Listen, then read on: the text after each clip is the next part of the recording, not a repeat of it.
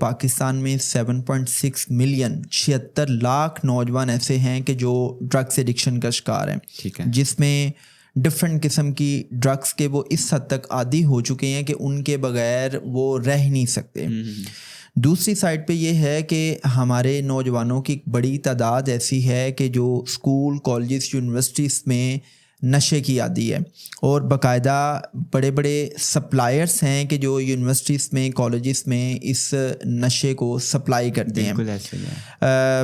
P T I کی government میں ایک منسٹر تھے شہریار خان آفریدی, انہوں نے یہ ریویل کیا تھا کہ اسلام آباد کے ایلیٹ سکولز میں 70% بچے ڈرگس ایڈکشن کا شکار ہیں.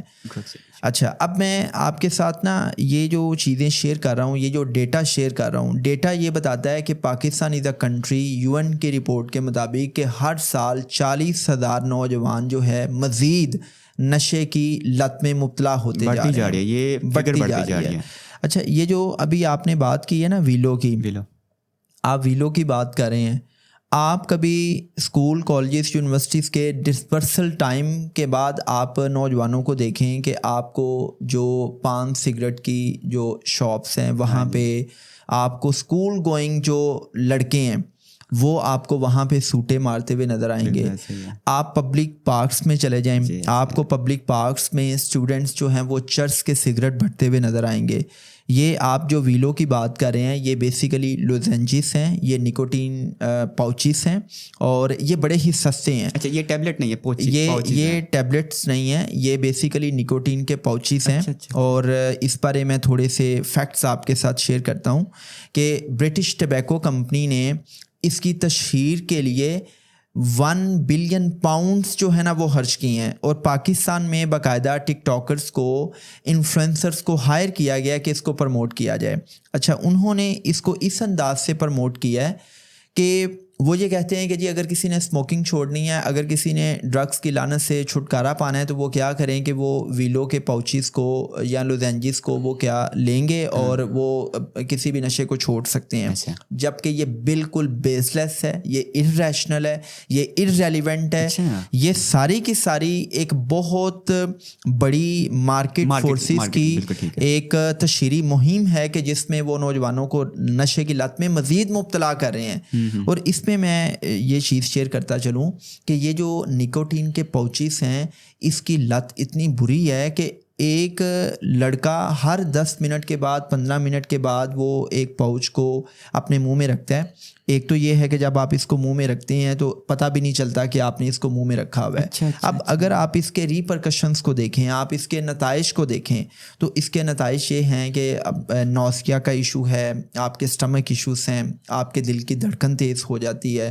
اور اگر آپ اس کے عادی ہو چکے ہیں تو آبویسلی آپ دیکھیں گے کہ جتنے بھی لوگ ڈرگس ایڈکشن کا شکار ہوتے ہیں وہ سٹارٹ میں کوئی نہ کوئی چھوٹی ڈرگ لیتے ہیں, وہ اسموکنگ سے سٹارٹ کرتے ہیں, پھر بہت سے لوگ ایسے ہیں کہ جو چرس کا استعمال کرتے ہیں, اور پھر وہ کیا کرتے ہیں وہ کوکین اور پھر آئس کا نشہ, اور کرتے کرتے ان کی جو نشے کی جو مقدار ہے وہ بڑھتی جاتی ہے, اور ان کو اتنی اس کی ایڈکشن ہو جاتی ہے کہ وہ اس کے بغیر رہ نہیں پاتے. اور یہ وہ لوگ ہیں کہ جو پھر اپنی فیملی کے لیے عذاب بن جاتے ہیں, ان کی فیملی ان کو اون نہیں کرتی.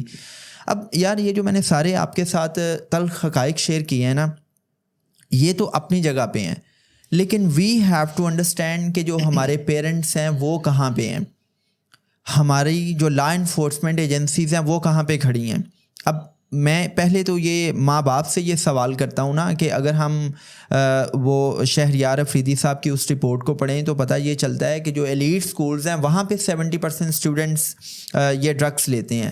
تو جو ایلیٹ طبقہ ہے اس کے پاس تو پیسہ ہے. اب پیسہ جب آپ کے پاس ہوگا اور آپ نے اپنی اولاد پہ چیک نہیں رکھا ہوا, آپ نے کبوتر کی طرح اپنی آنکھیں بند کی ہوئی ہیں, اور آپ کو نہیں پتا کہ آپ کے بچے کی کمپنی کیسی ہے, آپ کا بچہ کس صحبت میں بیٹھ رہا ہے, آپ نے اس کے اوپر کوئی انویزیبل چیک نہیں رکھا ہوا, تو آپ کے بچے پھر اس قسم کی ایکٹیویٹیز میں انوالو ہوں گے.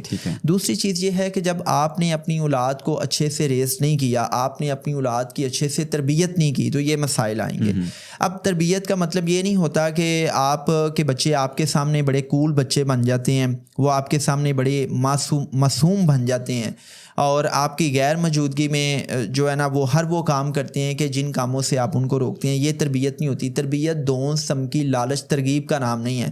تربیت اس بات کا نام ہے کہ آپ کا بچہ اپنی چوائسیز میں رہتے ہوئے, اپنی اتھارٹی میں رہتے ہوئے, اپنی اتھارٹی کا استعمال کرتے ہوئے رائٹ اور رانگ میں سے رائٹ کو چوز کر لے.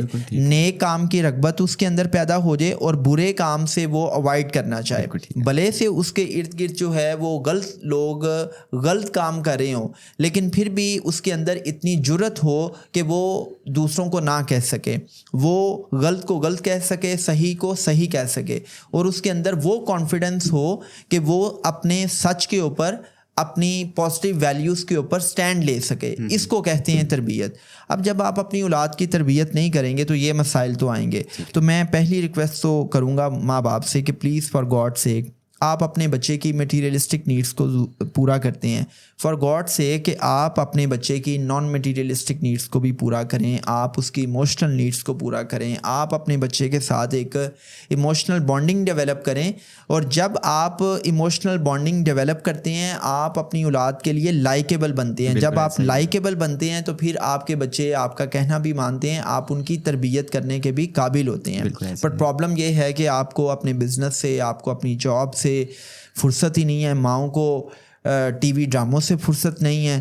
تو جب آپ نے اپنی اولاد کو بالکل کھلا چھوڑ دیا ہے, آپ بالکل نگلیکٹفل ہیں, تو پھر آپ کو اس قسم کے نتائج تو دیکھنے پڑیں گے. تو you must have invisible check on your child. Yasir بھائی کیا ایسا نہیں ہے کہ یہ سب جو جیسے ہم ویلو کی بات کر رہے ہیں یا اسموکنگ کی بات کریں, یہ سب چیزیں ہمیں زیادہ یونیورسٹی سے ان کی روٹ کاز ملتی ہے کہ یار یہ یونیورسٹی سے پمپ اپ ہو رہی ہیں یہ ساری چیزیں؟ دیکھو فرحان, میں نے بات کی ہے school, colleges, universities. Gone are the days کہ جب یہ چیزیں یونیورسٹیز میں صرف ملتی تھیں. اور بھائی اب آپ اسکولس کے باہر جائیں نا, آپ ایلیٹ اسکولس کے باہر چلے جائیں. میں آپ کو یہ چیلنج دیتا ہوں, میں ایلیٹ اسکولس کا نام نہیں لوں گا, پوری قوم کو پتہ ہے کہ وہ کون سے ایلیٹ اسکولس ہیں. ٹھیک ہے, ہم کیوں برانڈنگ کریں بھائی.